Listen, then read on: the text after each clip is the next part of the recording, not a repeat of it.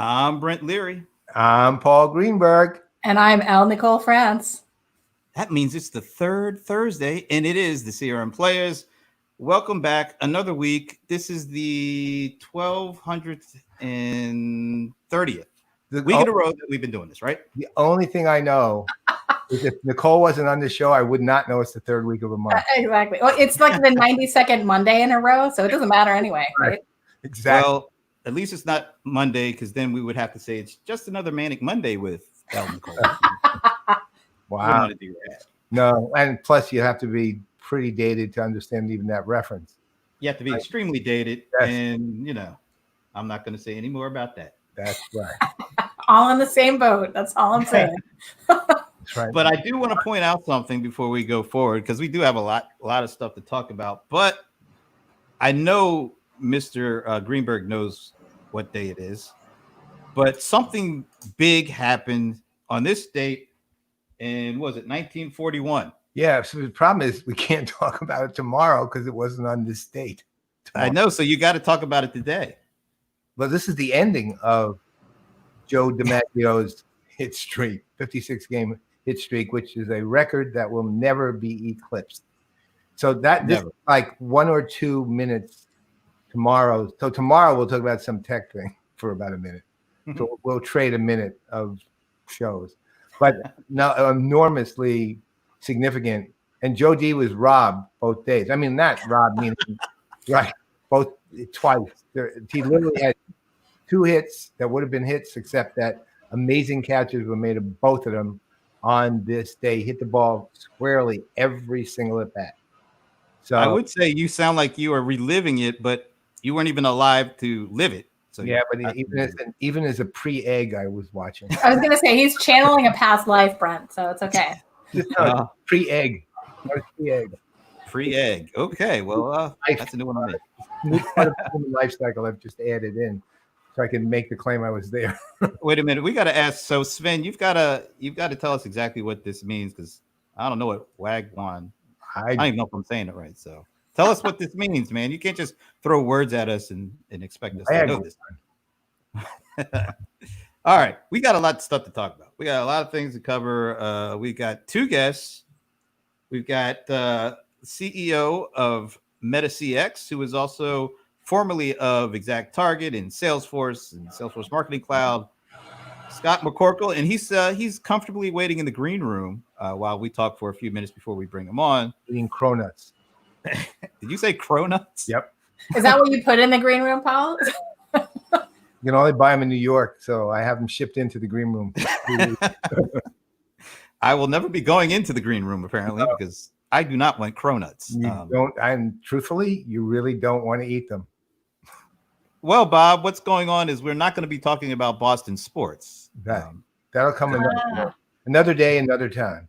Look at that. We get the explanation. Here we go. I'm going to have to remember that one. I like that. Wagwan. Oh, it's sort of like what was up, I guess. We'll have to figure out we gotta figure out the pronunciation. Yeah. So. Bob seems to know, so he's at least a step ahead of the rest of us. No, I'm not going with Bob. I'm really just going with English language. All right. Let them work it out between themselves. That's right. Okay. And of course, it's almost like I should have gotten some farewell music, because this will be the final Watchlist Winner segment of the 2020. Actually, and for 2021, since I suspended. Right. So no one's going to hear another Watchlist segment until 2022, which, if all things continue along the path that I've already set out for myself, will be the last watch list. Right. So it probably won't even, this may be the very last watch list segment on this show ever. We will see. Wow. So here's the question, Paul. Did it take you, like, at what point in the year last year did you get through all of the watch list winners? Are we ahead or behind? No. Oh, no, we didn't do this last year. And really? This actually is my lazy way of substituting writing about it on ZDNet. Easier to talk about it than write about it. I love it. It takes me weeks to write about it. It takes me like 2 or 3 hours to just go over this stuff, right? And then figure it out again. So now like we're getting all sorts of lessons from Sven on slang. Is that German slang, Sven? I know. I think let Bob and him figure all that out. Yeah, you guys take care of that one. And we're gonna move on because Adam Justis from Adobe is going to be joining us for the Watchlist Winner. He's actually in the green room right now. Oh, he's yakking with Scott on over Cronuts. Yeah, well, and coffee. Tell us how those cronuts are. As a matter of fact, don't tell us how those. I'm going to ask. No. He's going to ask. Oh, look at this! Look who else is here. Whoa! Amen, brother. That's all I can say to everybody who's listening. Amen, brother, to that comment. But is this an inside thing here? Yes, it is actually. Do you care to explain? What's going on here? Nope. No, not now. Maybe I'll I will say though, Bob is on next week. Actually, that's right, Bob. Next week. You can quiz him on it, Brent. If he's up for it, I'll answer with him next week. But until then, okay, so that's a good tease. So you got to come back next week to find out. Tune in next week. Well, I was going to say, with no context, what it does make me think of is, I don't know if you guys saw the news that the Bahamas has decided that if you make a certain amount of money per year and you want to come and have a visa to work remotely from the Bahamas, you sure can. Really? Well, yep. that wasn't it, but that's a great idea. You like that? Pretty good idea. I'm on my way, actually. All right. Well, while we figure that one out, so I wanted to pull up something. Actually, I want to talk to you guys about. We just sat through. I think all three of us sat through 3 kind of virtual events back to back to back. I want to ask you something, and these are 2 of them were analyst events, and one was like the virtual event that we're seeing more of. Is it time for the kind of the traditional webinar kind of things? Is it time for those to be turned into something more that's looking like these virtual events? I sat on a couple of traditional webinar thingies lately, and I was like, it's just bored out of your mind. Bored out of your mind, Brent. Is that? It's just not getting it done because I'm expecting multi-camera views now, and I'm expecting great visuals and great third, low level captions and visuals and when you go to a traditional kind of webinar where it's one person just talking with slides flying all over, it's hard to get back into that anymore. So are we looking now? Do we need the folks who are on the virtual events team to start working with the folks who are on the traditional webinar side to give them some ideas for sprucing this up? Because it's kind of getting jarring now going back to traditional once we start seeing these virtual events starting to really take root and become that cinematic thing. What can we do? How can we get these folks to do more of that? Well, I mean, I think they're probably seeing the results easily enough. It's like, I'll put it this way. I mean, I have a few webinars coming up and none of them are traditional, not a one. They're all video, right? They're all conversational. That's the other side of it. It's not even one person anymore. It's usually a conversation among several people. I mean, we're even kind of blurring the lines between panels and these events now too. I mean, so even traditional panels as they've been run they're not changing dramatically, but they're shifting a little bit to something a little less styled, right? And there's less of a barrier there. I'm with you, Paul, and I think. It's interesting, Brent, because it would be great if everybody could have the high production values on all this stuff, but I know that's unrealistic too. And I think, Paul, you hit the nail on the head. I mean, for me, either as an attendee or as someone who is part of a webinar, to me, the ones that are the most engaging and the most successful are at least conversational in their style, and more importantly, they're involving the audience. I mean, just like we do here, right? The ability to have people who aren't necessarily on video or audio chime in and say stuff, and the fact that the people who are actually on the webinar are responding to that stuff, I think makes a massive difference. And it's a whole different style of audience engagement, and it doesn't necessarily have to have really expensive, high quality production value, but I think it really has to have a different mindset, which is saying this is a group conversation and we're actually going to try to make sure that everybody is as involved as they want to be and encourage that. See, that actually brings up another interesting question, because there's an enormous amount of content that we all do and still do, which is pre-taped, which means there is no live audience, right? So, and there's no Q&A. I mean, a lot of people try to fake Q&A. Hate it. I mean, either no audience or real audience, but don't fake it, right? I mean, well, but you know what? Even think about it. Even the old webinar days, so to speak, they faked it too. I mean, they were concerned no one would ask it, so they always had prepared questions, which I always told them there's no reason to do it. If there's no questions, there's no questions. And I would always just say, I'll just talk more. I talk a lot anyway.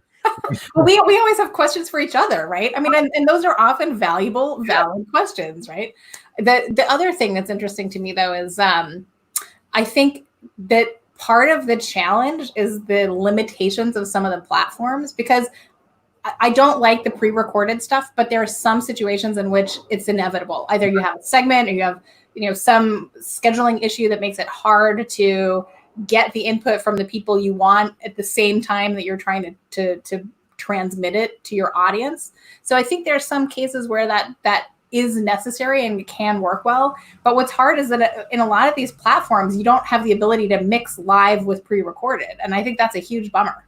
Yeah, no, you're right. I just finished one actually this week with Seat, with the sports side, and it was me, and I was moderating, and there were 3 panelists, and it was recorded because the Seat folks wanted to get their branding in it. They wanted to do the get the introductory kind of logos and everything else built in, and then blast it out to the community over a bit of time, and start it was the kickoff to the entire Seat virtual event, which is going to run the rest of the year, but they wanted to make it continually available. So it literally was pre-recorded for that purpose. And it was very, I was still asking questions. It was a pretty disparate audience, group of panelists, but it became conversational. People that sort of, I'd say a third of the way in, all of a sudden they just began kind of talking with each other. And nice thing for me is I got to just listen, and and then every now and then I'd ask a question that wasn't thought about and popped it in, and it would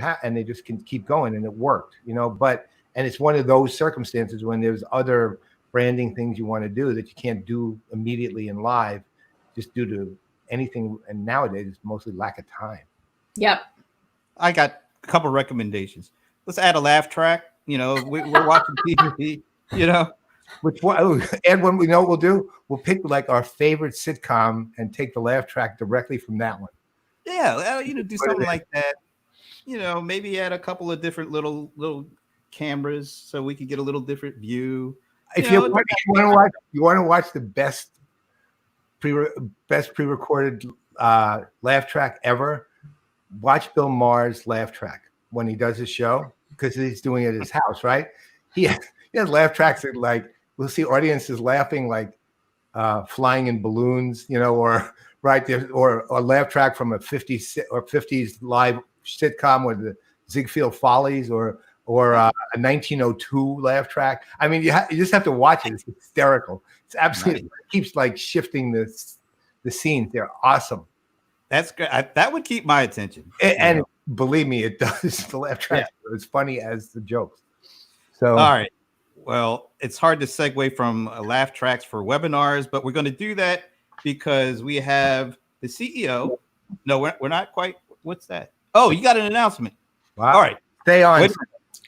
Scott. Hi, Scott. How are you? Stick around, man. Because all right. Stick around. Hi, Paul. Hi, Nicole. Might want to get involved in this. Can't. You're new, so you may not meet the criteria, but you may. Never know. All right. So here's the deal. As many of you know, over three varying episodes, they ended with 3 executives playing guitars and singing songs. All right, which got us to thinking. A lot of these companies have bands. So what if we start this year with the first annual CRM Playaz Battle of the Bands? And that means vendor bands, and they have to be bands, as we'll explain in a second, vendor bands who will participate to win the coveted Raving Dave's Award. That's our name in progress, since the greatest vendor band in history, and anyone who wants to contend this with me can, was the Raving Daves of PeopleSoft, who actually won like regular band competitions, right? They were really good. And it was, needless to say, named after Dave Duffield, right? Their founder and CEO.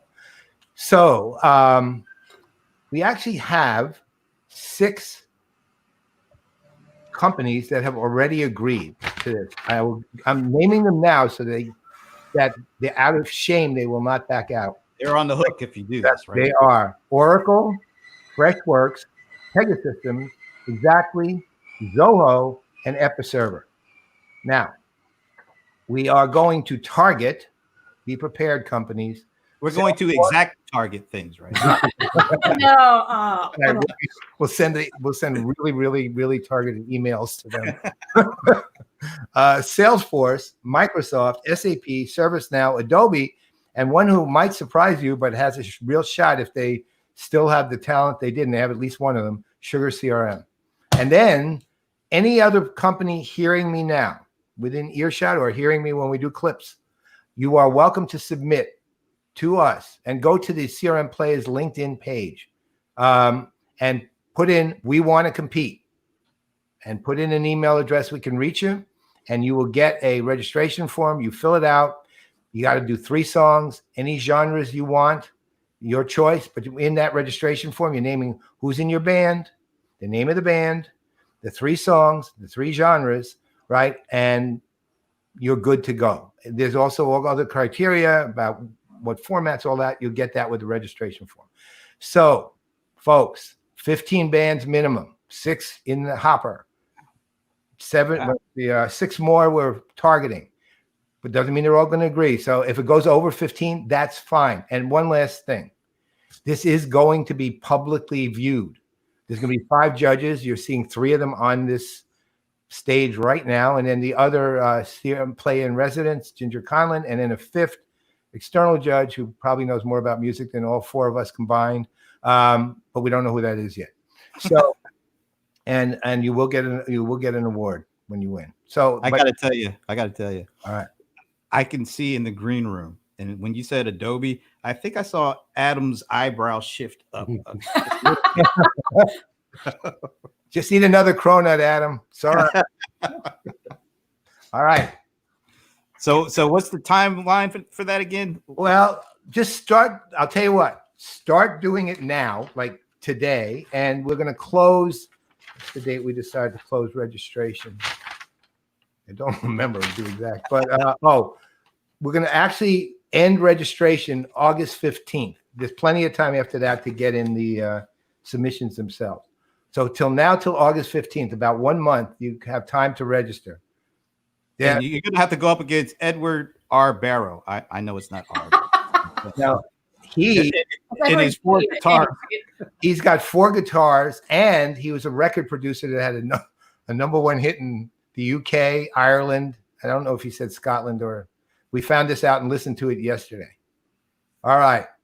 Okay. But by the way, he has 4 guitars and a tractor. You can't. Metis DX is allowed if you guys want to compete. If you have a band, may not. You knew, I get it.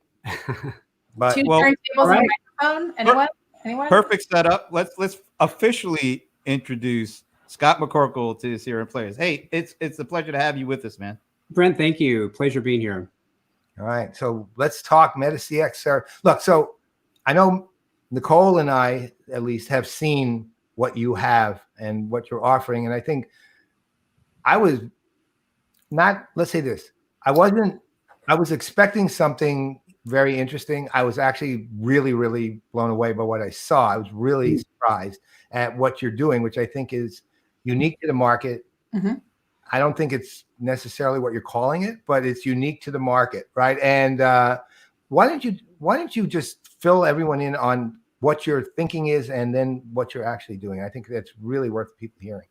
Well, Paul, thank you for those kind words, and it was fun to show it to you. And Nicole, good to see you again. And Paul, I made a joke that I was hesitant to show you because I really wanted it to be kind of far along because I wanted you to like it, to be honest. So that's very pleasing to me. I'm happy for that feedback. And, I've been in enterprise software for a long time, and I have always wanted to know what is the reason my customer bought my product, and how do I manage that at scale in a way that the customer would say, yes, that's what I want, and that's how I'll measure whether it's successful.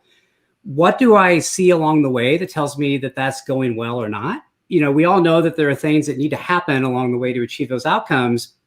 And, especially in a world of digital products, that's very measurable. So how do I put the measurement of a customer's progress in the lens of what it is the customer expects? And then how do I bring that all together in a shared place where the customer and the vendor are all together collaborating on that plan?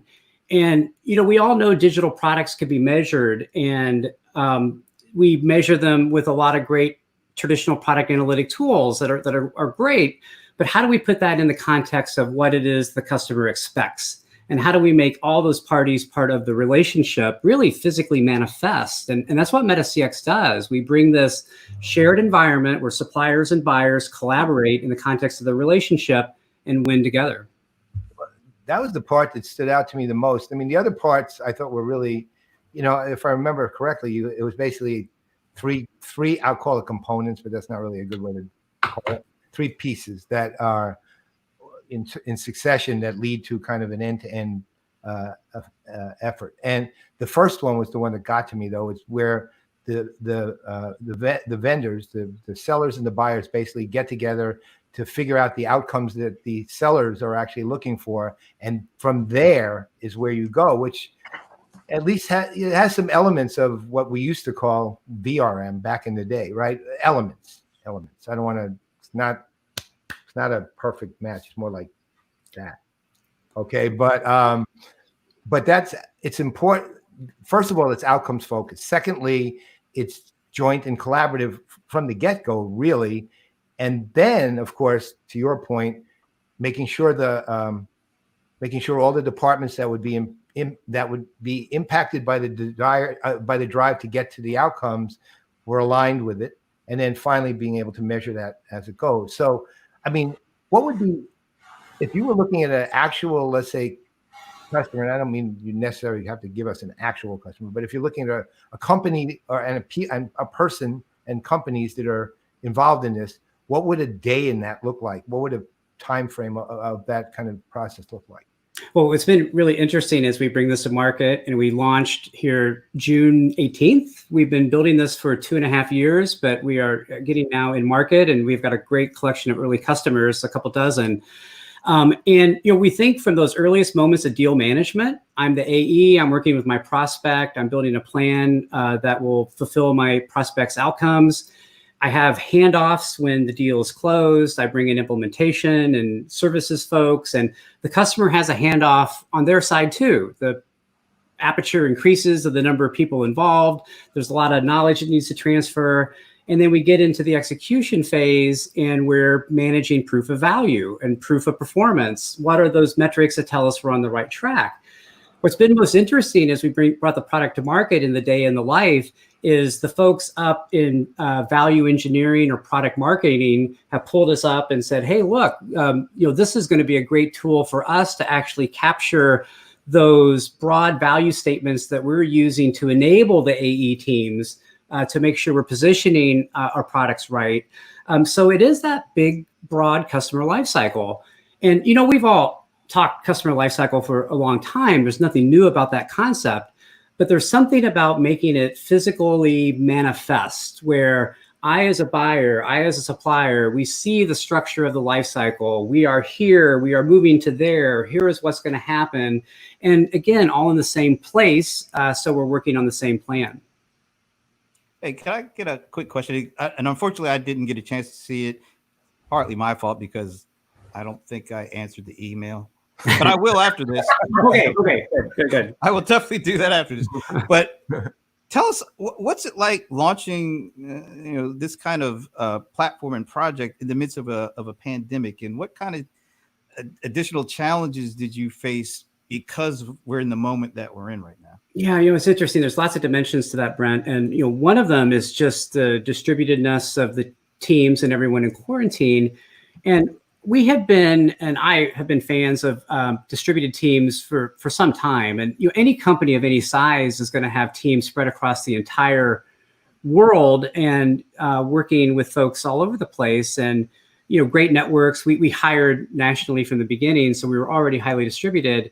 But just playing around with that idea of what would it be like to be fully distributed, fully remote teams, and we were hesitant to do that. This kicked us into the necessity to do that. Our leases were up in May. We didn't renew them. So we have nowhere to go back to. And I have to tell you, that's a pretty good feeling. I got a lot of friends and colleagues that are worried about all their procedures as they bring their teams back together. And we're just heads down building software. And the tools really are so good. And how we collaborate and the video and Zoom, it's really terrific. And at a phase like ours, where there's a lot of heavy engineering, engineers need rooms with doors that they can close to be able to focus and get in a state of flow. So I feel the pandemic is terrible. I hate it. And there are people that are sick. It needs to end. We need to focus on doing what we all can. But given where we were, we've been able to navigate it very well. And it was a catalyst for us to take a step into a distributed model that I don't know if we would have had the courage to do otherwise. I got to tell you, that's literally the first time I've ever heard anyone say, I have nowhere to go. And that's really good. And I'm happy about it. Really good. Nowhere to go back to. There is no office. Yeah. Well, we had a question. I just want to get Ed's question. And I was gonna wrap that one in too, Brent, because I think anytime that El Nicole wants to rap, we get out of the way and let her rap. I'm not going to do rapping, but Scott, I know one of the things that we talked about and that I find particularly interesting about what you guys are doing is that so many systems and even kind of mental models for thinking about how companies interact with their customers are focused very much on the interactions as opposed to the outcomes. So as opposed to, what is the real value? How does that get transmitted? How does that get understood and acknowledged? How does that happen over time? So you guys are really sort of shifting what the mental model is for customer relationships and really trying to bring that to life in the system. But to Ed's question, this is a really different way of operating. It's not something that most companies have got a standard blueprint for. So what are you finding in terms of, not only who your economic buyers are, but what are the real motivators that are pushing companies to be attracted to thinking about this in a different way? Because this is a really, really big change. I mean, this isn't just a new system. This is a new way of working, in a sense. Yeah, that's such a great question. And you all have seen so many new products and ideas and platforms go to market that the challenge of having an idea, being true to that idea, having confidence that there's some real innovation here, especially if it is a larger platform, finding the wedge use cases where there are people who have roles and budget that say, yes, I can buy that. As a new company comes out with the new product to market, there's a matching of those life cycle buyers that are like working with newer companies and enjoying new ideas. And in that matching of those early stage pioneers that match our vision, we've seen them across the whole life cycle, just like we manage the whole life cycle. We've been adopted by sales, value engineering, customer success teams, services teams. And it is at a stage like ours, a leader that says, look, we're having this pain point in the life cycle. But you know what? The trouble I've had with tools up to now is they're just creating these silos and my team's in them, but my other teams aren't. Hey, I'm going to introduce this to some folks in our sales team or down in our implementation folks. And this is something that could really start to unify that. And the whole notion of a handoff is real. There are points in time where other teams get engaged. We have to have these specialties. It's not like we can just create one amalgamated group of people, go forth and make customers work and successful. There have to be specialties. So by definition, we have handoffs. Let's make that explicit. Let's do all we can to have that be a moment of enhanced experience, not the dip that actually everyone's come to expect. and it doesn't have to be that way. Let's actually celebrate these moments. Let's make it a very tangible thing that you had these needs, which is why you sought a solution. You have selected us. We are so grateful and delighted to now be working with you as vendor customer. Here is the handoff. We are now off and we are making this reality. Here's how we're going to measure it. It's just, there's a relationship and people, and we're achieving things, and it's fun to buy technology and put it to use. So there's an emotional thread to that we really like to pull on too. But to the question of to whom do we sell and how do we think about the adoption, it really, the customer facing teams that have a goal to unify the life cycle and not just stay within their four walls, but look at how product marketing, sales, service, the success teams all work together. If someone is just within their four walls, then there are a whole lot of tools that we'd find ourselves competing against, and we're trying to position ourselves a little bit differently. Well, and to Nicole's and your point, that leaves a big question on the table too, which is CLM has been around a long time as a market, but you are, and I know that of course that's kind of how you labeled yourself, but you're nothing like that. Literally nothing like it. It's like you're the polar opposite of it, in fact. Which brings up the question, and as we discussed when we were talking, there's no answer to this exactly yet either. There will be in time, but what do you call yourself? What are you going to create a market? And I'm actually distinguishing explicitly when I say this. You're going to create a market? Are you going to make a market, or are you going to join a market? Right? I mean, the obviously, ideally, everyone wants to create a market, but the problem with that is it costs a fortune, and you're the first to market, which means your validity takes a long time, right? And that's a problem. You make a market, you're not the first to market, but you're the ones who popularize it. That still costs a lot of money, right? And takes a lot of time. And finally, you join a market. Well, what market would you possibly join? Because there really isn't one that fully defines you. And I'm not trying to depress you, by the way. You already said you have nowhere to go. Yeah. Right. So how are you thinking about that? And what are you thinking about that? Well, Paul, it's a terrific question. And I'm reminded when Nicole and I were speaking, we confessed to being hesitant even using the word customer in the context we do, because that implies a direction in a relationship from a supplier to a buyer. And what we've built, both sides see, we're delivering value to buyers and suppliers. And we have buyers that are reaching out to us to introduce us to more suppliers. So there's that. And you, Paul, mentioned the vendor management side too. So the challenges of creating category, of innovating at a level that breaks norms are very real. We are committed, though, to looking at some of the fundamental dimensions that would make enterprise software work better. And if I could just frame one here, and then I'll take it to the question of how this relates to going to market. I've been writing B2B software for a long time, and my mindset has always been some business with some problem that is buying my software to solve the problem. But businesses exist in ecosystems. There are collections of companies that work together, not the least of which are suppliers and buyers.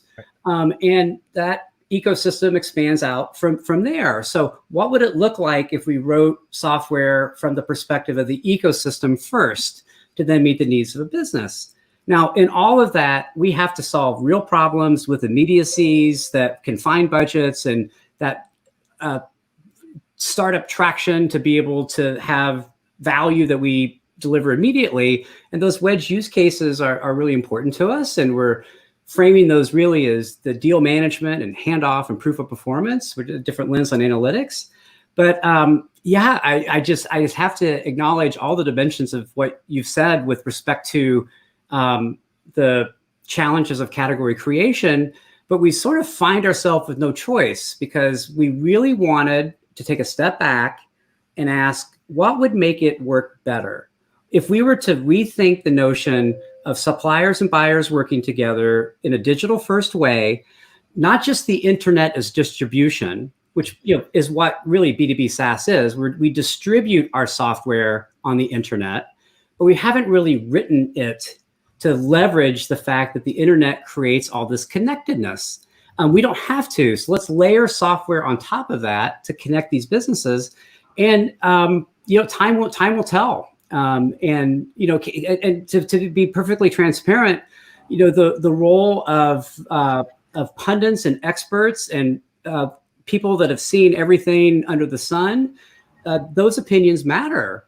And this was a big moment for us as we began to expose our idea to those that would have the strongest points and background to be able to say, I'm not so sure. But the opposite's happening. We're getting encouraged to press in to these innovations, and we're gaining customers as we get this in market. So we feel very encouraged by that. All I can say is it's a good thing that if you're actually going for market creation, it's a really good thing that Salesforce paid a lot of money for ExactTarget. Oh, Paul. On that note, Yeah. I just want to say that I'm going to pop this comment up from, I knew this was going to happen. Ed wrote such a long comment, it completely covers Scott and El Nicole's face. But just know, Scott, that I think your answer really impressed Edward R. Barrow. He said at the end of all that, great work, Scott and team. So I think that that kind of sums it up. And thanks for joining us, man. This is great. And I am definitely going to circle back around because I want to see what Paul and El Nicole saw as well. So okay, perfect. Well, Brent, thank you. Yeah, Paul, Nicole, thank you very much. Thank you so much. Awesome again. And we're going to bring in for a quick hello, Adam Justis, who's been sitting in the green room chilling. There's probably no what do you call them, cronuts left anymore. They're probably all gone. Hey, we just want to say a quick hello. Cozy in here. Just to see you on the stage here before Paul goes into his. What do you have the 1,000 pages that they sent it? Oh, it's almost 1,000.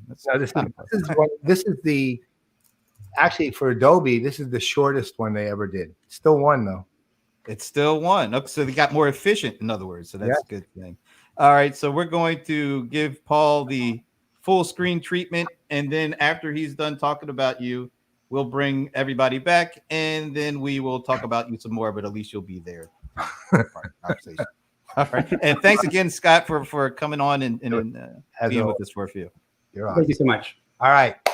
So first, this is the last of the winners this year or last year of the CRM watch list, the 13th and of 71. I did it in reverse alphabetical order, which is why Adobe is last. And interestingly enough, look, Adobe's become pretty much a perennial winner. I mean, they've won. I think they've entered and don't hold me to this. This is faulty 70-year-old person memory.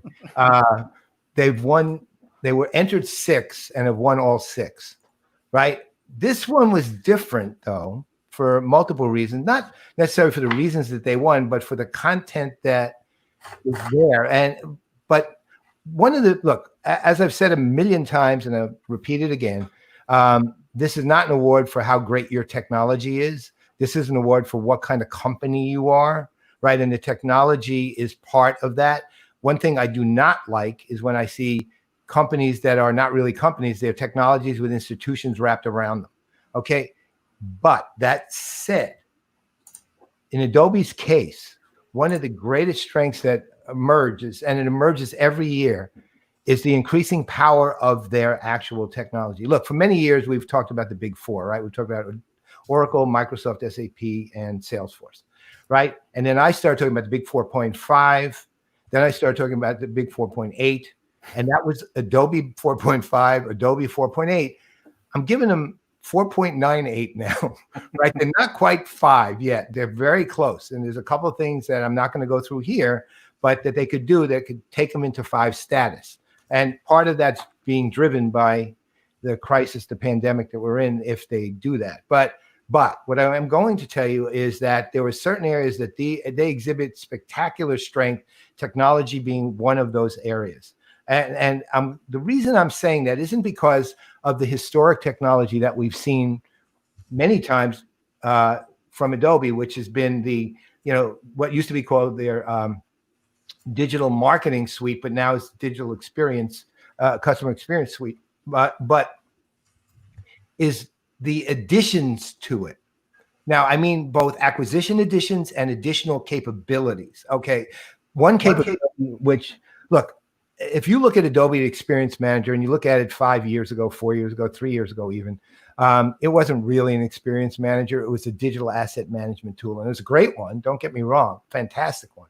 But you couldn't do much more than manage assets with it. Now it's a full-blown experience builder as well as a digital asset management tool. So you can literally, within the tool, with the use of Sensei, their AI, with the combination of all the creative cloud capabilities that they do have, it gives you a actual tool where you can build out experiential marketing campaigns and experiences themselves, a la Disney-like, and you can actually execute against them, measure, execute again, do this continually in real time with the AI, by the way, playing a very advanced role in it. And one thing about it that's always been massively impressive, and after, I think Sensei is maybe 3 years old now, or maybe 4, but let's say this, it's well ahead of its own years, right? So you see this combination, and you see this very powerful capability. But even that wouldn't have been enough to put them over the edge on the technology side. But their acquisitions of the last 2 years does. Okay, and those two acquisitions in particular was Magento and Marketo. Look, ultimately, when you looked at the digital experience suite before Marketo's acquisition, it was B2C, and there was no question it was the market leader in B2C. Their alliance with Microsoft was premised on that in particular, right? But the acquisition of Marketo gives them the B2B capabilities they didn't have. The acquisition of Magento gives them the e-commerce capabilities they have. And the thing that's made e-commerce considerably more important in this era is not because it's become the fourth pillar of CRM, because it's not that. Just so you, again, I've been saying this every week on every show, all the time, nonstop. It's never been the fourth pillar of CRM, never will be. That said, it is a pillar when it comes to engagement and experience. And it actually transforms. One of the things that it does very well is it becomes kind of almost like a nodal point for the transformation of transactions in becoming a subset of interactions, as opposed to just a transaction separate from interaction. So transactions become sources of rich capability, of rich data and rich knowledge, ultimately, of the behaviors of customers. So that the power of Magento there and Adobe scaling it to enterprise level, which is what they're still working on. The power of Marketo, which gives them B2B, give them a portfolio that's pretty much unmatched, at least in the marketing arena, in any industry, really.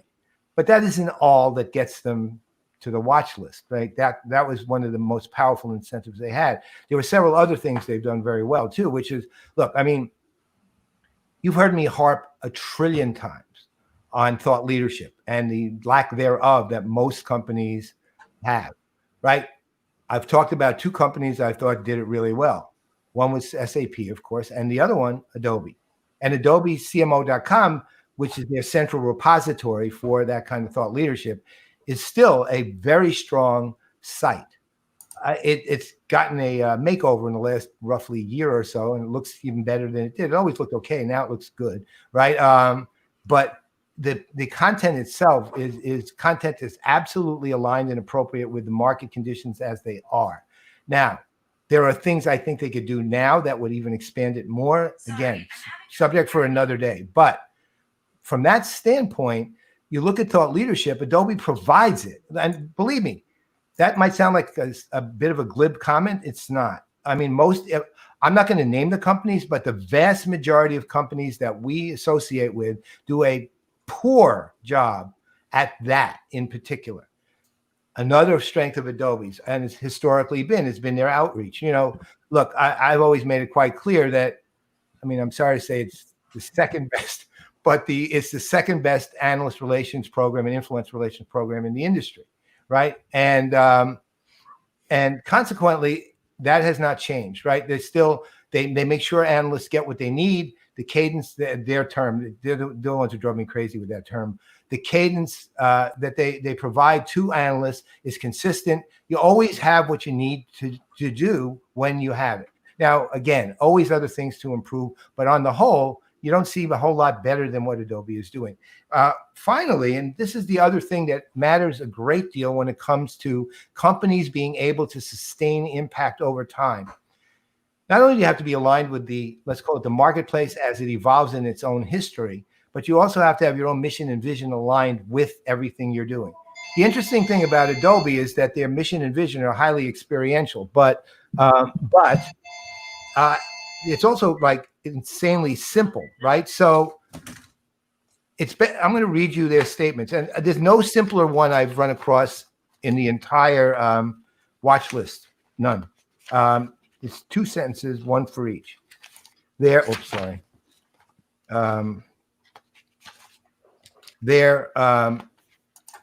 mission is, at Adobe, our mission is to change the world through digital experiences. Their vision is, our vision is for every business to become an experience business. Now, those are, to be perfectly honest, I would have literally reversed the two, but ultimately they have a hyper focus on experience, and they execute with that against every single department and everything they do. And because of that, they take a market leading position.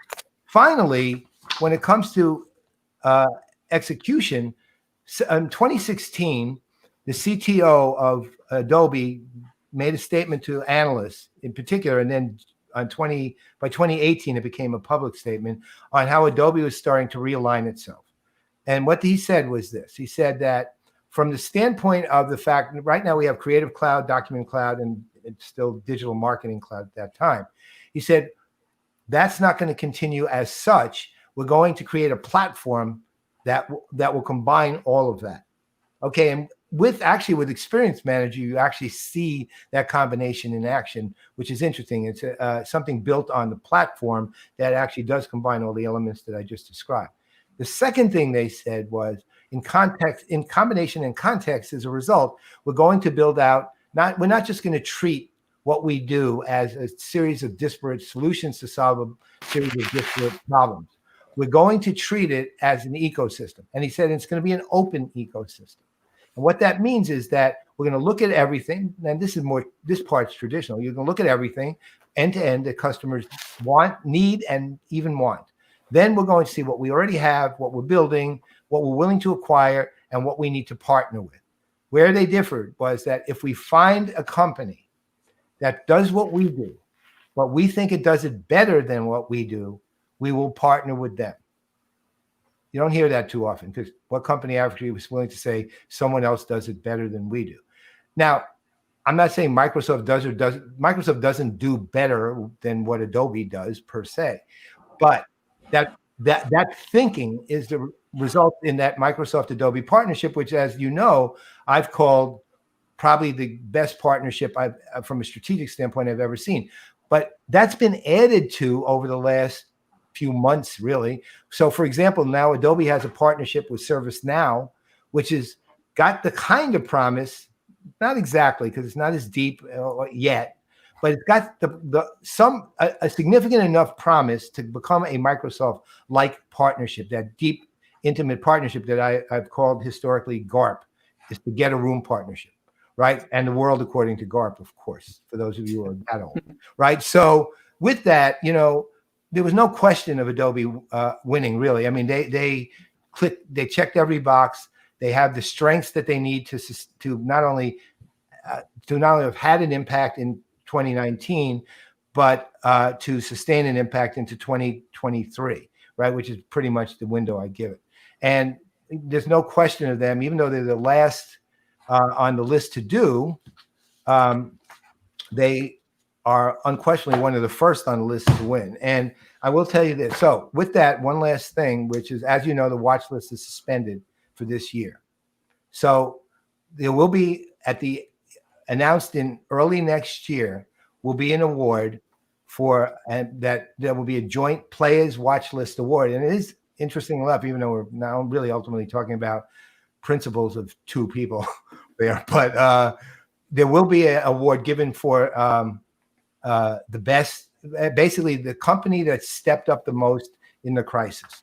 And the criteria set The award will be in all the criteria and everything else will be discussed in a ZDNet post I'll put up probably next week or most the week after.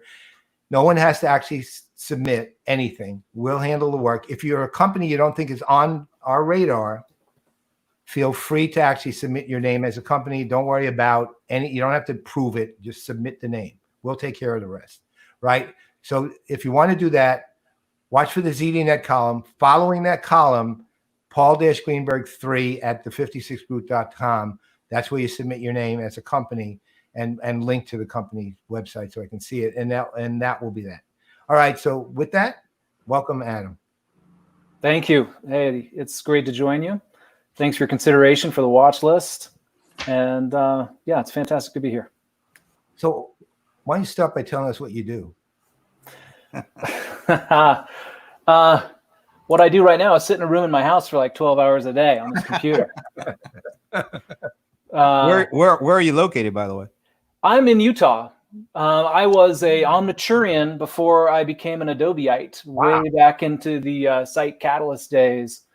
A throwback to that kind of origin story of the which you covered, which was the Marketing Cloud and now the Experience Cloud at Adobe. So yeah, here in the mountains, the Wasatch Front in Utah. That's where I'm tuning in from. So that was what, 2009 or something like that? Yeah, we're scratching on 11 years with that. Oh, wow. Sort of inflection point for the company. Mm-hmm. Amazing. So look, you heard where I think Adobe is. I'm kind of curious as to where you think Adobe's going and where you feel, or if you want to treat it slightly differently, where you feel it should go. Yeah. Well, I feel like, to listen to your sum up, I felt pretty validated by that, because I've had an opportunity and I've sort of been a cook in the kitchen for a long time as we thought about not only the thought leadership, but how do we sort of pull through and make good on the things that we're stating as our intentions in the marketplace. And I feel like it's our focus on the customer experience and our need to enable that as that environment just continues to become even more dynamic and more critical. I think you guys have done a really good job shining a light on, hey, the issue of the day is kind of how everybody are dealing with these complex and strange circumstances. And it really has sort of forced everyone's hand to where the digital experience now truly is the backbone of business continuity for so many people. I mean, from the pizza parlor down the street to the Fortune 500 company. And I think Adobe, if we're going to claim to change the world through digital experiences, we need to step up and make good on that. We need to provide the tools. We need to provide the best practices, the partnerships, the things that are required to help companies not only sort of in their exercises today, and some people are thoroughly just in the exercise of digital survival, right? And others are more in the spirit of like, how do we evolve? How do we sort of use this as a kind of an opportunity to pivot in some areas and galvanize other areas so that our digital experience becomes signature, becomes what we want to our brand to represent to customers. So I would say that we are absolutely still focused on that line on the horizon. How do we become a customer experience partner and round it out? A lot of that we've made, whether it was through acquisition, as you indicated, or kind of the organic development of the Adobe Experience platform, that underpinning upon which we are, we are sort of bringing our legacy applications in line and standardizing on what the platform can now offer. But now we also, with that platform in place, we can think about some really compelling services that, we can develop in a much more agile sort of way that sort of fill the spaces between those applications, but all within the spirit, this kind of combined vector forward of enabling people to do things in the context of cross-channel experiences that were, pipe dream just a few years ago. Absolutely. I've got a question. Adam, one of the really interesting aspects, I think, of coming at this from the Adobe perspective is that really strong positioning in particularly marketing, but especially the sort of creative side of that. So like the ultra front end, if you like, on a lot of this stuff. And I'm curious what your take is, because, we talk in this group a lot about the fact that the boundaries on customer experience are really not limited to departments. And what your take is on how Adobe is going about extending that concept of experience and the elements that you need to make those consistent across other parts of the enterprise beyond that kind of marketing comfort zone, let's say. Yeah. It's funny, there's a little bit of a stretch in the rubber band right now, isn't there? Interestingly, when we were the Adobe Marketing Cloud, we started to use language like, you got to market beyond marketing. And everybody was like, What? But what we meant is exactly what you're saying, right? You have to acknowledge that customers don't see or respect the boundary, the artificial sort of boundaries and territories in your organization, in your org chart. Like, don't force your customer to respect and understand your org chart to get something done with you. And so we started to use this language. Basically what we meant was go where the experience wants to go, and then make sure you are tending to it as a steward across the board. And the stretch in the rubber band, I think, is that the experience is there. And I think a lot of marketers who tend to have a lot of empathy for the customer experience, even though they don't understand maybe the full breadth and the way it reaches deep into customer care and things like that. But I think they're starting to pull forward. We're seeing kind of the organization want to get to a place where they're viewing the experience more holistically. And there are things that are going to help drive that. And that's kind of at the heart of the vision of our experience platform, is to create a single profile that is relevant in the call center and is relevant in the in the email campaign manager in both of their roles. I want to jump in and go for it. Sound like we had a follow up, or because I don't want. Oh no, I was just going to check and see if I actually answered Nicole's question, because I will go like a rabid dog at something. Episode on that one, Adam, and we should sometime. But yeah. All right. I'm just looking over the last couple of years. See, I think it was last year I got a chance to do a one-on-one with Jason Woolsey. Mm-hmm. Before that, Taylor Schreiner, and I know I talked to a lot of Adobe folks, either at their conferences or just one-on-one. And one thing that came out over the last couple of years of conversations was this idea that Adobe actually wanted to be known as a voice company in terms of, I guess, integrating voice interactions into the experience.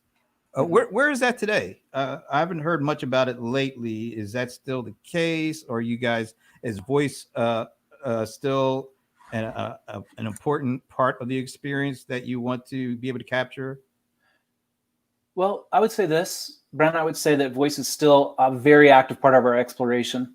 You probably even saw at our summit every year, we do kind of a crowd favorite session called Sneaks, where we let our engineers, we give them some bandwidth to kind of push on stuff and think about stuff that doesn't have to necessarily be on the roadmap. And we came up with some pretty compelling ideas where we could use voice in conjunction with what maybe we're calling like a virtual analyst, or some way to kind of leverage voice to kind of tap into more rote activities that maybe an analyst would need to do. Or how do we kind of, as we have dramatically improved our mobile apps, say for the Adobe Analytics product, how can we leverage voice to shorten some of the workflows? And we're definitely still looking at that. I'd be interested to maybe turn that around a little bit and see how much you all feel as a panel that the public is demanding that, right? I would say that when we think about a virtual analyst and we think about enabling something like voice, and we absolutely have that going in the labs, and we look at different places where we can bring that through. And some of our work with Microsoft, with some of their cognitive abilities and chatbots, and how do you maybe bring voice into that? There's some real some compelling exploration. But I think with the application of AI and Adobe Sensei in the context of some of the predictive stuff and the pattern recognition that we can do with a virtual analyst, I sort of wonder if you guys had to throw chips in, would you be throwing chips in into the voice? Do you find that the people that are working with these tools are saying, man, if only I could do more voice activated and stuff that was driven by voice? I'd really be interested in your take on that. But maybe we have to do a separate session. We'll see. Now I'll give you a short, quick one. Right One of the really, well, at least for me, eye-catching, thought-provoking demos that was done at, I think it was at a digital summit. It was either last year or the year before.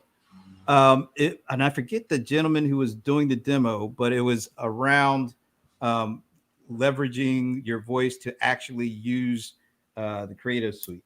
And so I think it was with the Experience Manager, being able to say, show me a list of all images of people, men between the age of 12 to 50 wearing blue.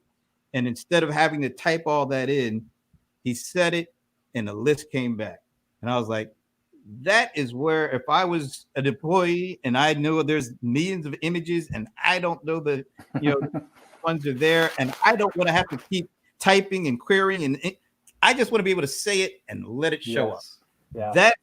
That is where I think, a lot of people still focus on the consumer side of voice, but I think the employee experience side of it, being able to make these applications as easy as possible to use. And there's nothing easier than just talking to the application and getting what you want back. I think that's where folks may be wanting to focus a little bit more on, because the need is there. I was just talking with our buddy Dennis Pombrand. He just did this study on employee engagement. And one of the things that came out, I mean, employees are pretty happy. They seem to like what they do. They seem to feel like the company's culture is more aligned with the way that they want to be than, let's say, a couple of years ago.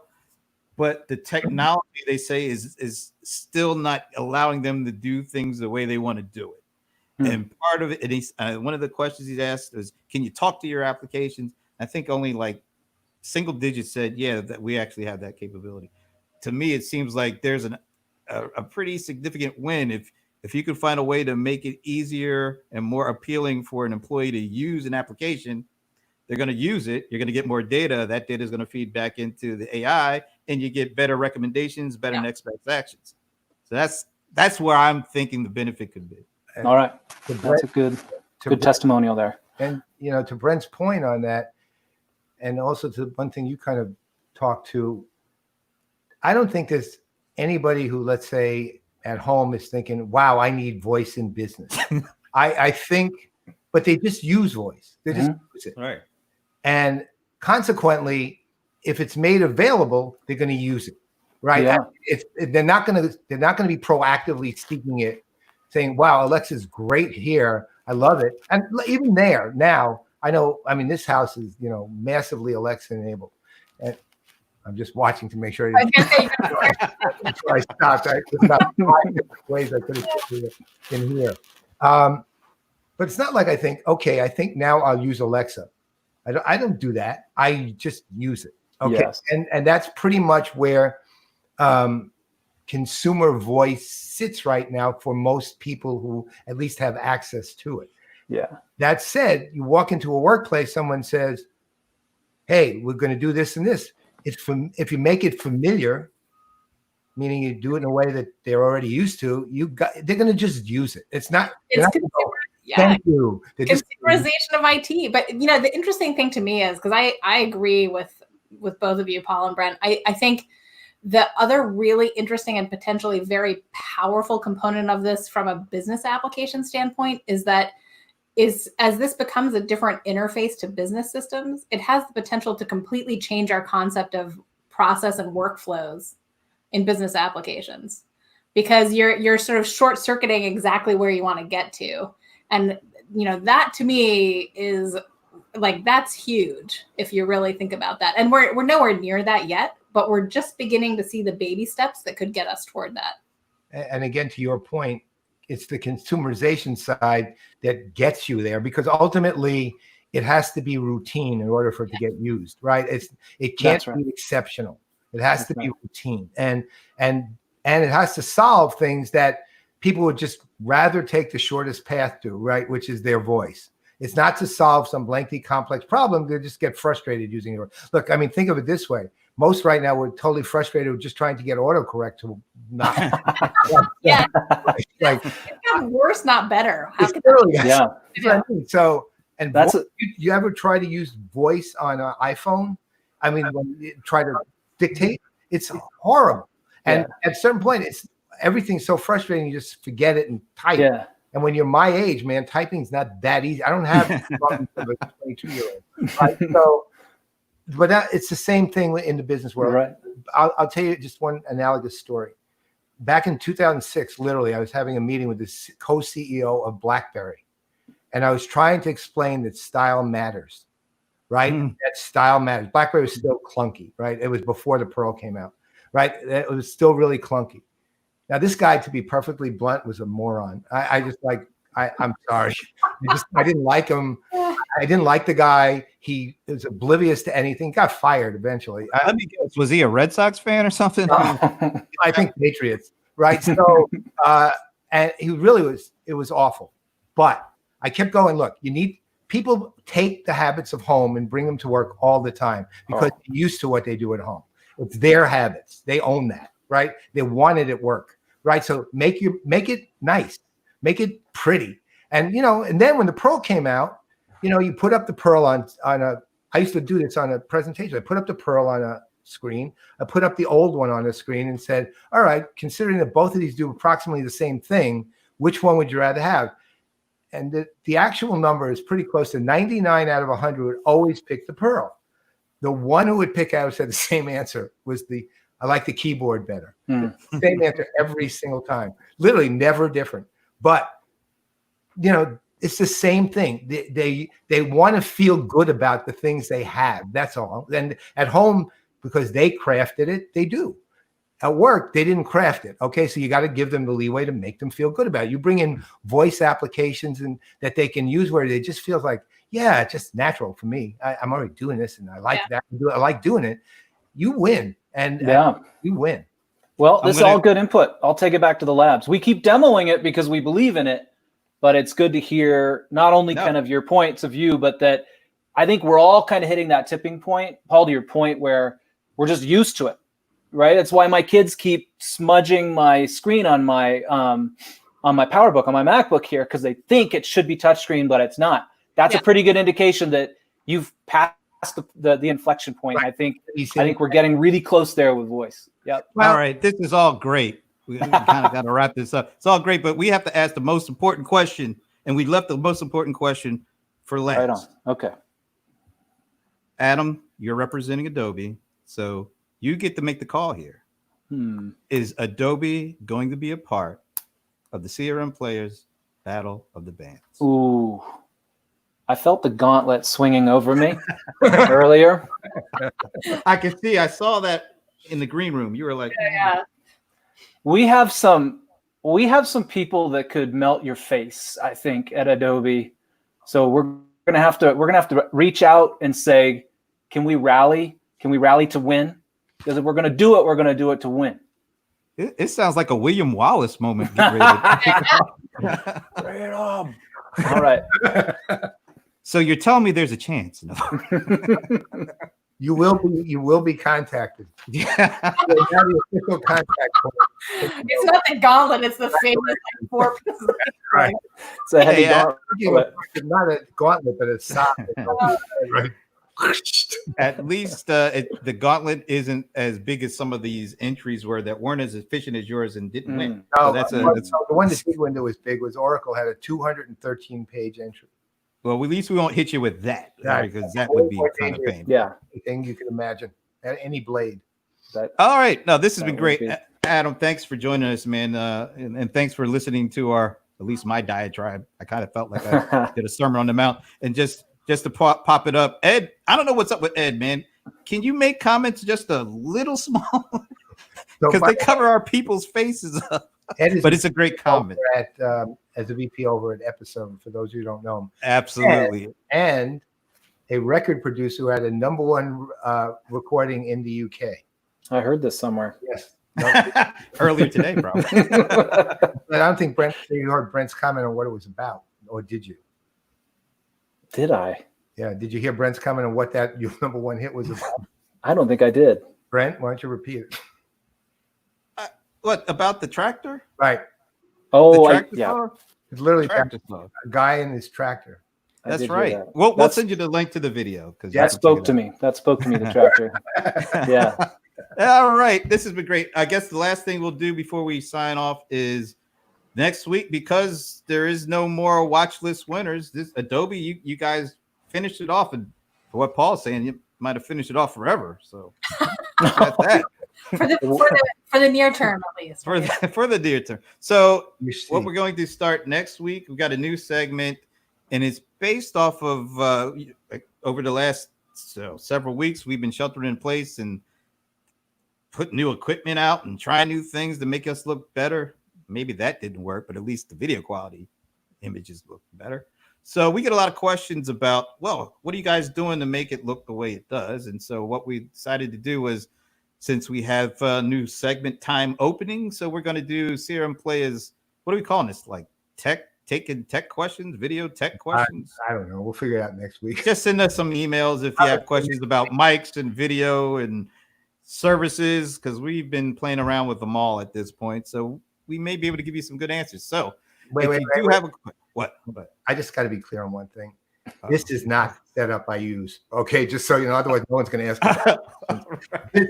I'm building a studio literally in the room over there, and in the meantime, I have to downgrade in order to get everything set up over there, and it takes weeks. I mean, acoustic paneling, mic stand, it's all going in. Okay, so that's just so you actually will ask us questions. That's right. I'm going to pop Ed's last question or comment up because it's only 2 words, man. This is great. Wow. Your faces don't even get covered up. Way to go, Ed, man. That's the way to end it. All right. So for Adam Justis, I'm Brent Leary. I'm Paul Greenberg. And I'm Elle Nicole France. We're all CRM players, and some of us will see you tomorrow because we'll be talking sports. Excuse the intrusion. We'll be talking to Jonathan Becker, the president of the San Jose Sharks. So you might want to check that out, especially if you want to, understand what's going on with NHL. In the meantime, we'll see you tomorrow. Have a great rest of the week.